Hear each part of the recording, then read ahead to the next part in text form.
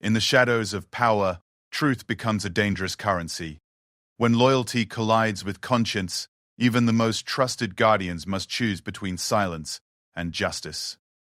Some secrets are buried so deep that only the brave dare to unearth them, knowing that the price of truth might cost them everything they hold dear. Marcus Richardson had served as a security officer at Thornfield Manor for 12 years, watching the seasons change through the grand estate's towering windows. The manor, home to the influential Ashworth family, stood like a fortress against the rolling English countryside.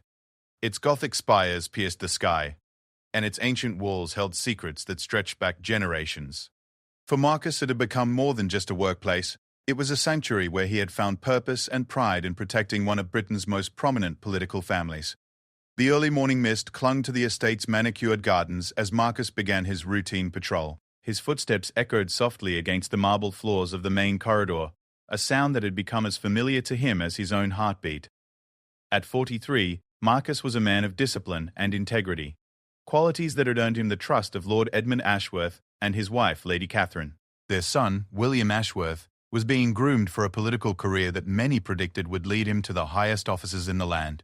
Lady Catherine Ashworth, known to the public as a devoted wife and charitable patron, commanded respect wherever she went. Her weekly appearances at charity galas and political functions were covered extensively by the media, always portraying her as the perfect complement to her husband's political ambitions.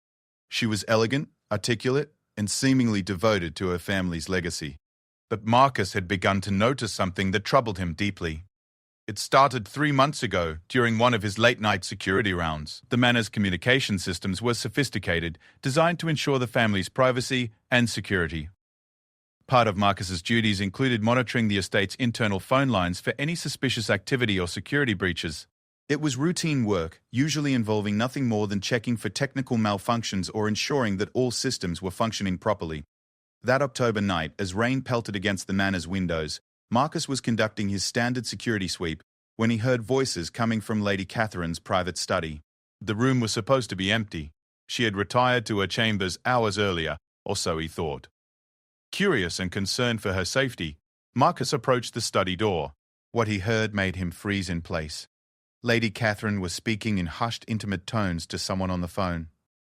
At first, Marcus assumed it was Lord Ashworth, perhaps calling from London where he was attending parliamentary sessions. But, as he listened more carefully, the nature of the conversation became unmistakably clear. This was not a conversation between husband and wife. The voice on the other end, though muffled, belonged to William, her stepson. Marcus felt his stomach drop as he realized the implications of what he was witnessing. The conversation was not about family matters or political strategy. It was deeply personal, filled with expressions of longing and affection that crossed every boundary of appropriate family relationships. Lady Catherine, who had married into the Ashworth family when William was already a teenager, was engaged in what could only be described as an inappropriate relationship with her stepson. The security officer backed away from the door, his mind racing. He had served this family faithfully for over a decade, had watched William grow from an ambitious young man into a rising political star. Lord Ashworth had treated Marcus like family, trusting him with the most sensitive aspects of their lives. How could he reconcile what he had just heard with the image of the family he had sworn to protect? Over the following weeks, Marcus found himself inadvertently witnessing more of these late-night conversations. Lady Catherine seemed to have a pattern. She would wait until Lord Ashworth was away on political business, then retreat to her study for these clandestine phone calls. Each conversation Marcus overheard added another layer to his growing horror and moral conflict. The conversations revealed a relationship that had been developing for months, possibly years. William, now 28, and being positioned as the next generation of Ashworth political leadership, was apparently reciprocating Lady Catherine's feelings. They spoke of stolen moments together, of the difficulty of maintaining their secret, and of their plans for the future. It was clear that this was not a one-sided infatuation, but a mutual relationship that both parties were actively nurturing. Marcus began to lose sleep, torn between his loyalty to the family and his growing disgust at what he was witnessing. He had always prided himself on his discretion and professionalism, but this situation challenged every principle he held dear. The Ashworth family was not just his employers. They were pillars of the community, respected political figures whose actions influenced national policy and public opinion. The weight of the secret began to affect Marcus's daily routine. His colleagues noticed his distracted behavior, his loss of appetite, and his increasingly haggard appearance. Sarah Coleman, a fellow security officer and Marcus's closest friend at the manor, approached him one December morning with concern. "Marcus, you look terrible," Sarah said, cornering him in the security office. "What's going on? You've been acting strange for months." Marcus looked at Sarah, a woman he had worked alongside for 8 years and trusted implicitly. She was sharp, observant, and had an unwavering sense of right and wrong. If anyone could understand his dilemma, it would be Sarah. But how could he burden her with this knowledge? How could he ask her to carry the same weight that was slowly crushing him? "It's nothing, Sarah," Marcus replied, though his voice lacked conviction. "Just tired, I suppose. The job's been demanding lately." Sarah studied his face, clearly not satisfied with his explanation. "Marcus, I've known you for years. This isn't just fatigue. Something's eating at you, and it's getting worse. If something's happening at the manor, something that affects security, you need to tell me." Marcus felt the walls closing in around him. Sarah was right. Whatever was happening between Lady Catherine and William could potentially affect the security of the entire family. If their relationship were to become public, the scandal would destroy not only their reputations, but could also create security risks. Blackmail, media harassment, political enemies. The ramifications were endless. That evening, Marcus made a decision that would change everything. He decided to document what he was witnessing, not for malicious purposes, but as evidence of a situation that was rapidly spiraling out of control. He began keeping detailed notes of the conversations he overheard, recording dates, times, and the general nature of the discussions. He told himself it was for the protection of the family, a way to have concrete information if the situation ever required intervention. The more Marcus documented, the clearer the picture became. Lady Catherine and William were planning to be more open about their relationship after Lord Ashworth's upcoming retirement from politics. They spoke of waiting for the right time to reveal their feelings, apparently believing that once Lord Ashworth stepped down from public life, the scandal would be more manageable. They were deluding themselves, Marcus realized. A relationship between a stepmother and stepson would never be socially acceptable, regardless of the political climate. One particularly disturbing conversation in mid-December revealed that they had already been physically intimate. Lady Catherine's words left no doubt about the nature of their relationship, and Marcus felt physically ill as he realized the full scope of what was happening under the roof he was sworn to protect. The holidays approached, and the manor prepared for its annual Christmas celebration. The Ashworth family's Christmas party was a tradition that brought together political allies, family friends, and community leaders. It was always a grand affair, showcasing the family's influence and social standing. This year, however, Marcus dreaded the event. He would have to watch Lady Catherine and William interact publicly, knowing what he knew about their private relationship. As the guests began arriving for the Christmas party, Marcus positioned himself strategically throughout the manor, ostensibly performing his security duties but actually observing the interactions between Lady Catherine and William. What he saw confirmed his worst fears. While they maintained appropriate public behavior, there were subtle signs of their intimate relationship, lingering glances, brief touches that lasted a moment too long, and a familiarity that went beyond normal stepfamily dynamics. The breaking point came on New Year's Eve. Lord Ashworth was in London attending a special parliamentary session, leaving Lady Catherine alone at the manor. Marcus was working the night shift, and around midnight he witnessed Lady Catherine and William together in the library. They were not just talking on the phone this time. William had come to the manor, and they were together physically. Marcus retreated to the security office, his hands shaking as he realized the full gravity of the situation. This was no longer just inappropriate conversations or emotional infidelity. This was a full-blown affair happening in the family home while Lord Ashworth was away serving his country in Parliament. The security officer sat alone in his office, staring at the monitors that showed various rooms throughout the manor. He had spent 12 years protecting this family, and now he was witnessing its destruction from within. The weight of the secret was unbearable, but the implications of revealing it were equally daunting. If he came forward with what he knew, he would likely lose his job, face legal challenges, and potentially destroy the lives of people he had once respected. But as Marcus reflected on his own values and the oath he had taken to protect and serve, he began to realize that his true loyalty should not be to the Ashworth family's reputation, but to the truth itself. Lord Ashworth deserved to know what was happening in his own home, with his own family. The public, who looked up to the Ashworths as moral and political leaders, deserved to know the character of the people they were supporting. The next morning, as dawn broke over the Thornfield Manor, Marcus made the most difficult decision of his life. He would find a way to expose the truth, regardless of the personal cost. The hidden truth could no longer remain hidden, and Marcus Richardson, a simple security guard, would become the catalyst for one of the biggest political scandals in recent British history. As January began, Marcus started planning his next move. He knew that simply going to Lord Ashworth might not be enough. The family's influence and power could easily suppress any internal accusation. He needed to think carefully about how to ensure that the truth would come to light in a way that could not be covered up or dismissed. The stakes were higher than just one family's reputation. This was about integrity, honesty, and the public's right to know about the character of their leaders. The hidden truth was about to become very public, and Marcus Richardson was the unlikely key to unlocking a scandal that would shake the very foundations of British political society. The January frost painted intricate patterns on the windows of Thornfield Manor as Marcus Richardson wrestled with his conscience. 2 weeks had passed since he witnessed Lady Catherine and William together in the library, and the weight of his knowledge had become unbearable. He had barely slept, barely eaten, and his performance as a security officer was beginning to suffer. Sarah Coleman had noticed his decline and was asking more pointed questions about his well-being. Marcus knew he needed help, but the sensitive nature of what he had discovered made it impossible to seek advice from anyone within the manor's staff. The Ashworth family's influence extended far beyond the estate's grounds, reaching into local law enforcement, media circles, and political networks. Any attempt to expose the truth through conventional channels might be suppressed before it could gain traction. On a particularly cold Tuesday morning, Marcus made his first concrete move.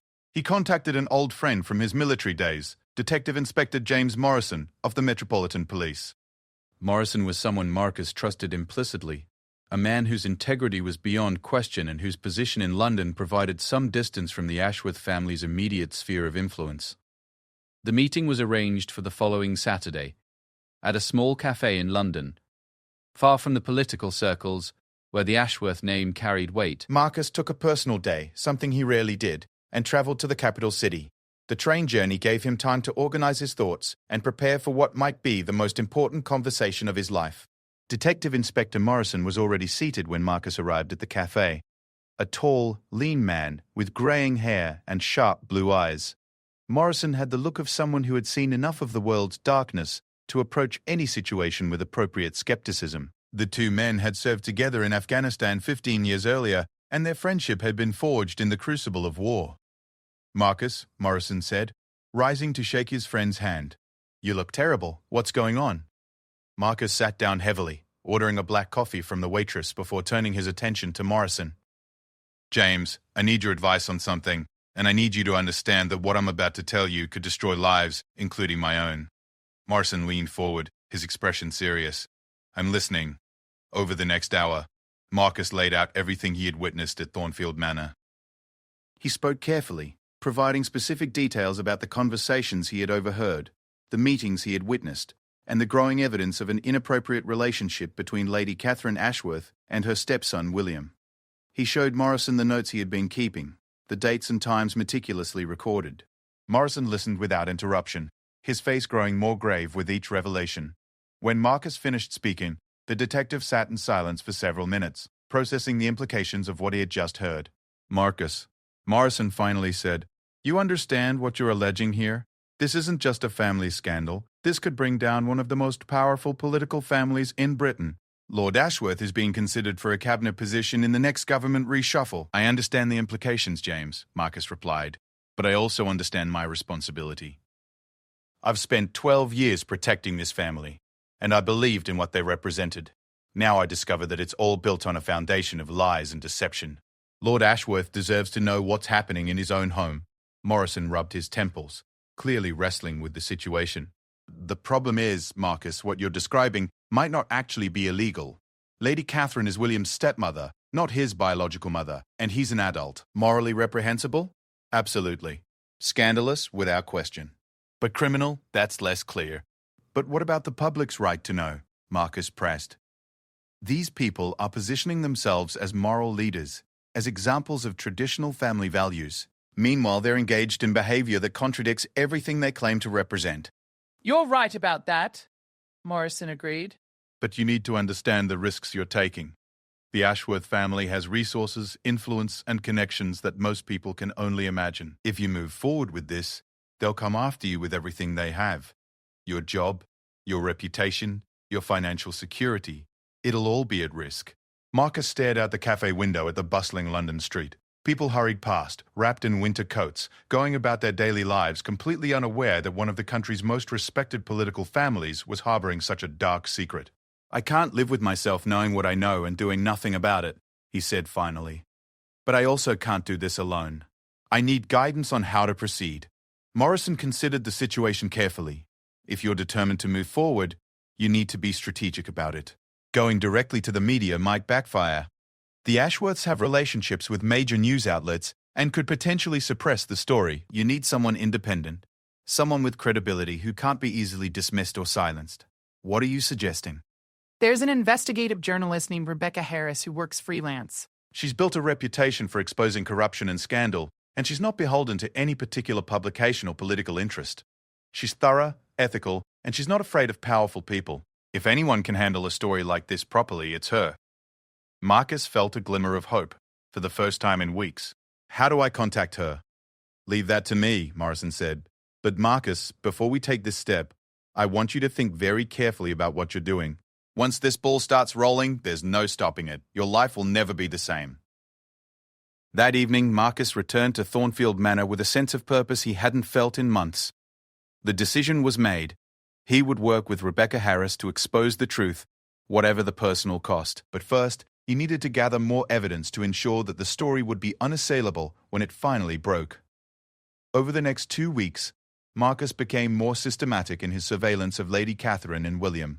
He used the manor's security systems to his advantage, positioning cameras and recording equipment in strategic locations. He was careful to operate within the bounds of his legitimate security duties, ensuring that everything he captured was obtained legally and could not be dismissed as the result of illegal surveillance. The evidence he gathered during this period was devastating. He recorded several phone conversations between Lady Catherine and William that left no doubt about the intimate nature of their relationship. He documented multiple instances of William visiting the manor when Lord Ashworth was away, staying for hours in Lady Catherine's private quarters. Most damning of all, he captured video footage of them together in compromising situations that would be impossible to explain away as innocent family interaction. Rebecca Harris contacted Marcus through Detective Inspector Morrison at the end of January. The journalist was cautious but interested, agreeing to meet with Marcus to review his evidence. Like Morrison, she emphasized the serious nature of what Marcus was alleging and the potential consequences of moving forward with the story. The meeting took place in a secure location, a private office that Harris used for sensitive interviews. She was a woman in her early 40s, with sharp features and an intense gaze that suggested she was accustomed to dealing with difficult and dangerous stories. Her reputation in investigative journalism was formidable. She had exposed corruption scandals, corporate malfeasance, and political cover-ups that had resulted in resignations, criminal charges, and significant policy changes. "Mr. Parr, Richardson," Harris began. "Detective Inspector Morrison has briefed me on your situation. Before we proceed, I need to understand your motivations. Why are you coming forward with this information?" Marcus had prepared for this question. "Ms. Paul, Harris, I've spent 12 years of my life protecting the Ashworth family. I believed in them, respected them, and took pride in serving them. When I discovered what was really happening behind closed doors, I felt betrayed not just as an employee, but as a citizen. The public has a right to know who they're supporting, who they're trusting with political power." Harris nodded, studying Marcus carefully. "And you understand that once this story breaks, your life will change dramatically? The Ashworths will likely claim you're a disgruntled employee seeking revenge, that you fabricated evidence or violated your employment agreement. You'll face legal challenges, financial hardship, and intense public scrutiny." "I understand all of that," Marcus replied. "But I also understand that sometimes doing the right thing comes at a personal cost. I can't live with myself knowing what I know and staying silent." Harris spent the next 3 hours reviewing Marcus's evidence. She examined his notes, listened to the audio recordings, and viewed the video footage she had captured. Her expression grew more serious as the evidence mounted, and by the end of the session, she was convinced that Marcus had uncovered a genuine scandal of significant proportions. "Mr. Pete!" "Richardson," Harris said finally, "what you've presented here is explosive. If this story is published, it will likely end Lord Ashworth's political career and destroy his family's reputation. It will also make you a target for retaliation. Are you absolutely certain you want to proceed?" Marcus thought of Lord Ashworth, a man he had once respected and admired, sitting in Parliament completely unaware that his wife and son were betraying him in the most intimate way possible. He thought of the public who trusted the Ashworth family to represent their values and interests. He thought of his own integrity and the promise he had made to himself to always do what was right, regardless of the personal consequences. "Yes," Marcus said firmly. "I'm certain. The truth needs to come out." Harris nodded slowly. "Then we proceed. But we do this carefully, methodically, and with absolute attention to detail. The Ashworths will challenge every aspect of this story, so it needs to be bulletproof. I'll need time to verify your evidence independently, to conduct additional research, and to ensure that we have all our facts straight.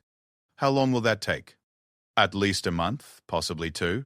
I want to be thorough, and I want to give you time to prepare for what's coming. Once this story breaks, your old life is over. You need to think about your future, about how you'll support yourself, about where you'll live. The Ashworths will likely take legal action to remove you from the manor immediately." Marcus had already begun thinking about these practical considerations. He had some savings, and Morrison had suggested that his military background and security experience would make him valuable to private security firms. It wouldn't be easy, but he would survive the transition. More importantly, he would be able to live with himself. For the first time in months, Marcus felt like he was taking positive action rather than simply carrying the burden of terrible knowledge. The truth would finally come to light, and while the consequences would be severe for everyone involved, justice would ultimately be served. As February began, Marcus returned to his duties at Thornfield Manor with renewed focus. He continued to document evidence while Harris conducted her independent investigation. The journalist was thorough and professional, verifying every detail of Marcus's claims through her own sources and research. Meanwhile, life at the manor continued as if nothing had changed. Lord Ashworth remained focused on his parliamentary duties, completely oblivious to the betrayal happening in his own home. Lady Catherine maintained her public appearances and charitable work, presenting herself as the devoted wife and stepmother. William continued his rise in political circles, being groomed for future leadership roles. But Marcus could see the cracks in their facade now. He noticed the tension in Lady Catherine's voice when she spoke with her husband. He saw the way William avoided direct eye contact with his father during family gatherings. The secret was taking its toll on all of them, even as they tried to maintain their public image. The hidden truth was about to explode into the open, and Marcus Richardson was the unlikely catalyst who would bring down one of Britain's most powerful political dynasties. As he prepared for the storm that was coming, Marcus took comfort in knowing that he had chosen truth over loyalty, justice over personal security. The decision would cost him dearly, but it was the right thing to do, and that knowledge would sustain him through the trials ahead. March arrived at Thornfield Manor with the promise of spring, but for Marcus Richardson, the season brought only the approaching storm of revelation. Rebecca Harris had completed her independent investigation and confirmed every aspect of Marcus's allegations. Her research had uncovered additional evidence, including financial records showing unexplained gifts between Lady Catherine and William, travel records indicating secret meetings, and testimony from other sources who had begun to suspect the inappropriate relationship. So I take this all that... The journalist had also discovered something that made the story even more explosive. Lady Catherine was pregnant. Medical records that Harris had obtained through her investigative network suggested that the child could potentially be William's, even the timeline of the relationship that Marcus had documented. This revelation transformed the story from a simple adultery scandal into something far more complex and damaging. Harris had arranged for the story to be published simultaneously in several international publications to prevent any single outlet from being pressured to suppress it. The coordinated release was scheduled for the first Monday in April, giving Marcus just 2 weeks to prepare for the inevitable aftermath. During these final weeks, Marcus found himself observing the Ashworth family with a mixture of sadness and disgust. Lord Ashworth had recently been offered the position of Home Secretary in the upcoming cabinet reshuffle, appointment that would make him one of the most powerful politicians in Britain. The irony was not lost on Marcus. The man whose personal life was about to be destroyed by scandal was being elevated to one of the highest positions in government. Lady Catherine seemed increasingly anxious as her pregnancy progressed.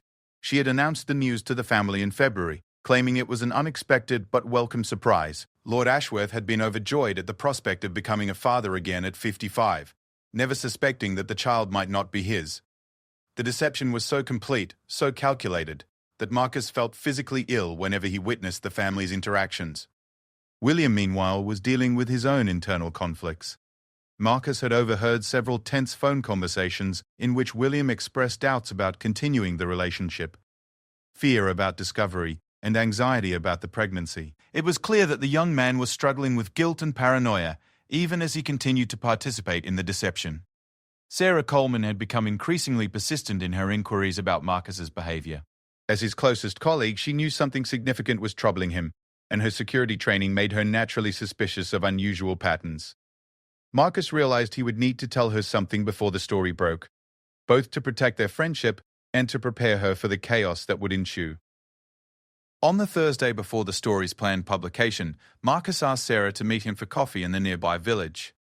They sat in a small cafe that catered to locals rather than tourists, ensuring they could speak privately without being overheard by anyone connected to the manor. "Sarah," Marcus began, "I need to tell you something, and I need you to understand that after this weekend, everything is going to change at the manor." Sarah leaned forward, her expression serious. "Marcus, you've been acting strangely for months. Whatever's going on, you can trust me. We've worked together for 8 years. Marcus took a deep breath and began to explain the situation in general terms, being careful not to reveal specific details that might compromise the upcoming publication. He told Sarah that he had discovered serious misconduct within the Ashworth family, that he had been working with a journalist to expose the truth, and that a major story would be published within days. Sarah's reaction was immediate and intense. "Marcus, do you understand what you're doing? The Ashworth family isn't just our employers. They're one of the most powerful families in Britain. If you're wrong about this, or if you've been manipulated somehow, your life is over. If you're right, your life is still over, just for different reasons." "I know the risks, Sarah," Marcus replied, "but I also know what I've seen and heard. The evidence is overwhelming, and it's been independently verified. The public has a right to know what kind of people they're trusting with political power." Sarah studied her friend's face, seeing the determination and resignation there. "What will you do after the story breaks? They'll fire you immediately, probably take legal action. You'll never work in security again, at least not in Britain." Marcus had spent considerable time thinking about his future. Detective Inspector Morrison had connected him with a private security firm that specialized in international operations, and they had offered him a position based on his military and security background. It would mean leaving Britain, starting over in a foreign country, but it would provide him with a livelihood and a chance to rebuild his life. "I'll survive, Sarah," Marcus said. "I have options, and I have friends who will help me transition to something new. What I can't do is continue living with this knowledge and doing nothing about it. My conscience won't allow it." Sarah reached across the table and grasped Marcus's hand. "I don't know whether you're incredibly brave or incredibly foolish, but I respect your decision. Just promise me you'll be careful. The Ashworths have resources and connections that most people can't imagine. They'll come after you with everything they have." That weekend, Marcus spent his time putting his affairs in order. He transferred his savings to an account that would be harder for the Ashworths to access through legal action. He packed his essential belongings, storing them with a friend in London. He wrote letters to family members, explaining his decision and preparing them for the media attention that would inevitably follow. On Sunday evening, Marcus received a final call from Rebecca Harris. The journalist was making last-minute preparations for the story's publication, ensuring that all legal and ethical requirements had been met. "Mr. Richardson," Harris said, "tomorrow morning at 6 a.m., the story will go live on 5 major international news platforms simultaneously. By 7 a.m., every major news outlet in the world will be covering this story. Are you ready?" Marcus looked around his small apartment at the manor, a place that had been his home for 12 years. Tomorrow, this chapter of his life would end forever, and a new, uncertain chapter would begin. "I'm ready, Miss Harris." "Let's do this." Monday morning dawned clear and cold. Marcus arrived at the manor early, as was his custom, and began his routine security checks. At exactly 6 a.m., as he sat in the security office, his phone buzzed with notifications. The story had gone live. The headline read, "Explosive, British political dynasty torn apart by stepmother-stepson affair. Security guard breaks silence on family's hidden scandal." The article was comprehensive, detailing every aspect of the relationship that Marcus had discovered, supported by audio recordings, photographic evidence, and independent corroboration from Harris's investigation. Within minutes, Marcus's phone was ringing constantly. News outlets from around the world were calling for interviews, comments, and additional information. He had prepared for this moment, and he let the calls go to voicemail while he monitored the security feeds throughout the manor. At 7:30 a.m., Lord Ashworth's car pulled into the circular driveway. The politician had been summoned back from London by his chief of staff, who had called him at 6:15 with news of the breaking scandal. Marcus watched through the security cameras as Lord Ashworth entered the manor, his face pale and drawn. 20 minutes later, Marcus heard shouting from the main house. Through the intercom system, he could hear Lord Ashworth's voice, raised in anger and disbelief, as he confronted his wife and stepson. The conversation was heated and emotional, with Lady Catherine's voice occasionally rising to an audible level as she alternately denied and defended her actions. At 9 a.m., Marcus received a call on the manor's main line. It was Mr. Blackstone, the family's chief legal counsel, and a man Marcus had met numerous times over the years. Mr. Richardson. Blackstone's voice was cold and professional. You are hereby terminated from your position, effective immediately. You are to vacate the premises within 1 hour and surrender all keys, security codes, and equipment. You are also served notice that the family intends to pursue legal action against you for breach of contract, violation of confidentiality agreements, and potential criminal charges related to illegal surveillance. Marcus had expected this response. I understand, Mr. Patrick. Blackstone. I'll gather my things and leave immediately. You should know that I acted within the bounds of my legitimate security duties and that all evidence was obtained legally. That will be for the courts to determine, Mr. Payson. Richardson. You've made a very powerful enemy today, and I assure you that the consequences will be severe. As Marcus gathered his personal belongings, Sarah appeared at his office door. Her face showed a mixture of concern and admiration as she helped him pack his things. The whole house is in chaos, Sarah reported. Lady Catherine locked herself in her bedroom and won't come out. William left about an hour ago, and Lord Ashworth is in his study with a team of lawyers and political advisors. The phone hasn't stopped ringing. Media, political colleagues, everyone wants to know if the story is true. Marcus finished packing his few personal items into a single box. Sarah, I want you to know that I never intended to put you or the other staff in a difficult position. You're all good people, and I hope this doesn't affect your jobs too severely. Sarah walked with Marcus to his car, helping him load his belongings. Marcus, I still think you're either very brave or very crazy, but I understand why you did it. Just be careful. This is just the beginning. As Marcus drove away from Thornfield Manor for the last time, he could see news vans beginning to gather at the main gate. Within hours, the estate would be surrounded by media crews from around the world, all seeking additional information about the scandal that was already being called the biggest political story of the decade. The hidden truth was now public knowledge, and the Ashworth family's carefully constructed image was crumbling in real time. Lord Ashworth's offer to serve as Home Secretary had already been rescinded, and calls for his resignation from Parliament were growing by the hour. Lady Catherine had been dropped by several charitable organizations, and William's political career was effectively over before it had truly begun. But for Marcus Richardson, the man who had chosen truth over loyalty, justice over security, the real consequences were just beginning. As he drove toward an uncertain future, he took comfort in knowing that he had done the right thing, regardless of the personal cost. The hidden truth was hidden no longer, and sometimes that was enough. 6 months had passed since Marcus Richardson's explosive revelations brought down the Ashworth political dynasty, and the reverberations were still being felt across British society. The scandal had become known as the Thornfield Affair, and its impact extended far beyond a single family's destruction to reshape public discourse about political accountability, media responsibility, and the price of speaking truth to power. Marcus sat in a small cafe in Prague, Czech Republic, reading the morning news on his tablet. The Czech capital had become his temporary home while he worked for an international security firm that specialized in protecting corporate executives and diplomatic personnel. The work was challenging and well compensated, but more importantly, it was thousands of miles away from the media circus and legal battles that continued to rage in Britain. The latest headlines focused on the ongoing parliamentary inquiry into the Ashworth scandal and its broader implications for political vetting processes. Lord Edmund Ashworth had resigned from Parliament in disgrace 3 months earlier, facing not only the humiliation of his family's public downfall, but also potential criminal charges related to misuse of public funds. Investigators had discovered that taxpayer money had been used to finance some of Lady Catherine and William's secret meetings, adding a financial crime element to the scandal. Lady Catherine herself had become a figure of public fascination and revulsion. The pregnancy that had been revealed in Rebecca Harris's initial story had ended in miscarriage 2 months after the scandal broke, though paternity tests conducted during the brief pregnancy had confirmed William as the father. The revelation had added another layer of tragedy to an already devastating situation. She now lived as a virtual recluse in a small cottage in Scotland, having been ostracized by virtually everyone she had once called friend or ally. William Ashworth's fall had been perhaps the most dramatic of all.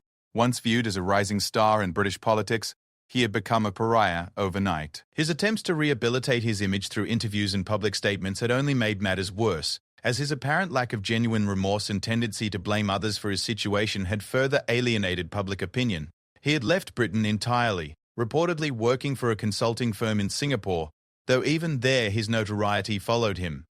But it was Marcus's own story that had perhaps been the most surprising development of all.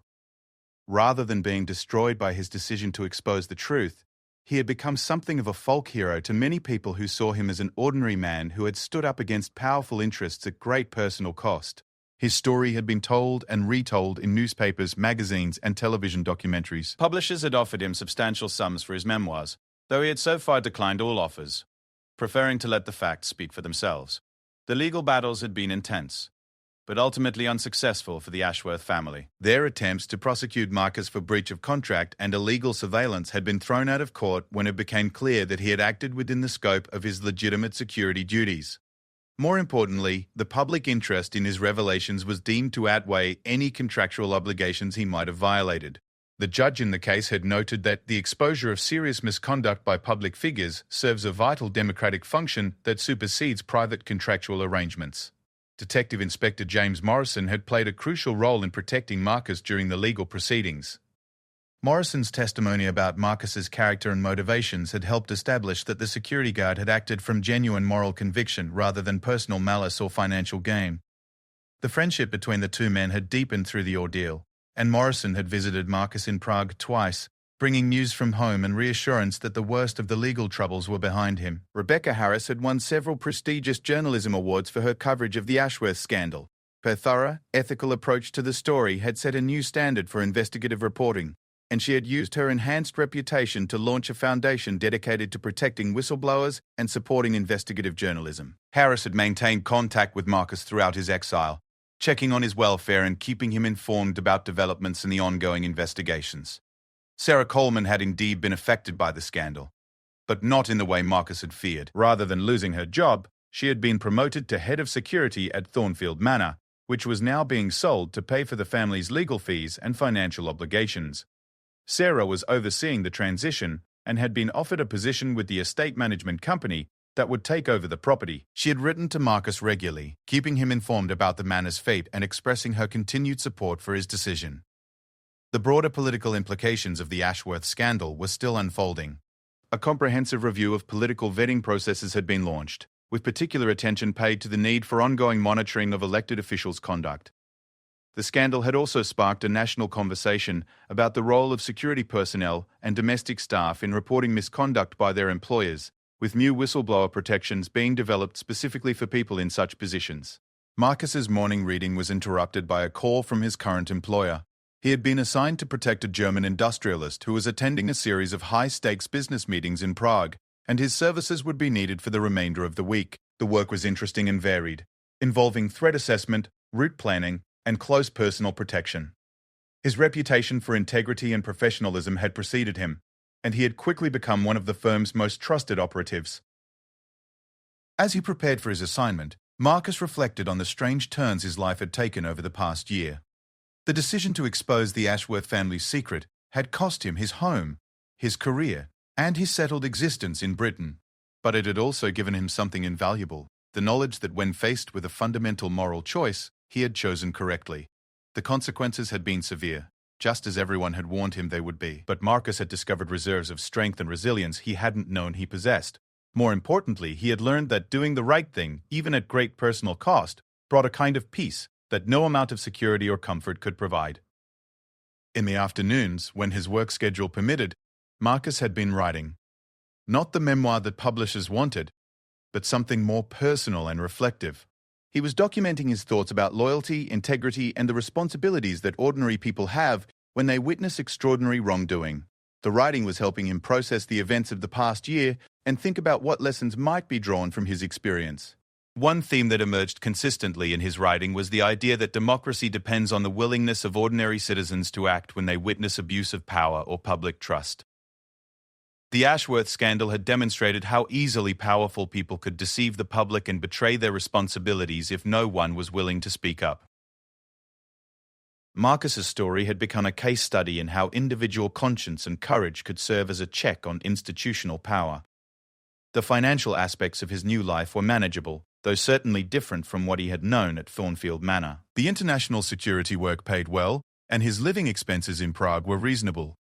More importantly, several organizations that supported whistleblowers and advocacy for government accountability had offered him financial assistance and legal support.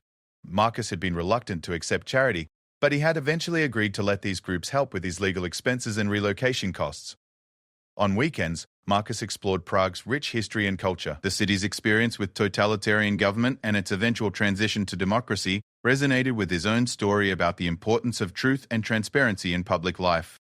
He had visited museums documenting the Czech Republic's struggle for freedom and had been struck by stories of ordinary citizens who had risked everything to resist oppression and expose corruption. These historical parallels helped Marcus put his own experience in perspective. While the Ashworth scandal was significant, it was also part of a much larger, ongoing struggle between truth and power, transparency and secrecy, individual conscience and institutional loyalty. Marcus had become part of that historical continuum, and the knowledge gave him a sense of purpose and meaning that transcended his personal circumstances. The psychological impact of the past year had been significant, but not overwhelming. Marcus had sought counseling to help him process the stress of the legal battles and the adjustment to his new life. The therapist had helped him understand that his decision to expose the truth, while morally correct, had still involved a form of trauma, the destruction of his previous identity and way of life. Working through these issues had been essential to his emotional recovery and his ability to move forward constructively. As autumn approached, Marcus began to consider his long-term future. The international security work was providing valuable experience and financial stability, but he wasn't sure it was what he wanted to do permanently. He had been contacted by several organizations involved in ethics training, whistleblower protection, and government accountability reform. These groups were interested in his experience and perspectives, and some had offered him positions that would allow him to work on preventing the kinds of abuses he had exposed. The idea of returning to Britain was still complicated. While the legal battles were over and public opinion had generally turned in his favor, Marcus wasn't sure he was ready to face the continued attention and scrutiny that would inevitably accompany his return. Prague had provided him with anonymity and peace, allowing him to heal and rebuild, but he also missed his homeland and wondered whether he might eventually be able to contribute to positive changes in British political culture. Rebecca Harris had suggested that Marcus consider writing a book, not about the Ashworth scandal specifically, but about the broader issues of ethics, accountability, and moral courage in public life. She believed that his perspective as someone who had lived through the experience of exposing powerful wrongdoing could provide valuable insights for others facing similar dilemmas. Marcus was intrigued by the idea, but wanted to ensure that enough time had passed for him to write with objectivity and wisdom rather than anger or bitterness. The legacy of the Ashworth scandal continued to evolve. Parliamentary investigations had led to new legislation strengthening whistleblower protections and requiring more rigorous background checks for senior political appointees. The scandal had also sparked broader discussions about political ethics, family values, and the relationship between private conduct and public responsibility. Educational institutions had begun using the case as a teaching tool in courses on ethics, political science, and media studies. Marcus had been invited to speak at several universities about his experience, though he had so far declined these invitations, feeling that he still needed more time and distance before becoming a public speaker about these events. As he prepared for another day of protecting the German industrialist, Marcus felt a sense of cautious optimism about the future. The past year had been the most challenging of his life, but it had also been the most meaningful. He had discovered that his principles were not just abstract concepts, but guides for action that could withstand the most severe tests. The hidden truth was no longer hidden, and while the cost of revealing it had been high, Marcus knew he would make the same choice again if faced with similar circumstances. Truth, he had learned, was not just an ideal to be admired, but a responsibility to be acted upon, regardless of the personal consequences. The story of Marcus Richardson and the Ashworth scandal had become part of British political history, a reminder that democracy depends not just on institutions and laws, but on the willingness of ordinary citizens to act with courage and integrity when confronted with abuse of power. The hidden truth, once exposed, had changed everything, and sometimes that was exactly what was needed.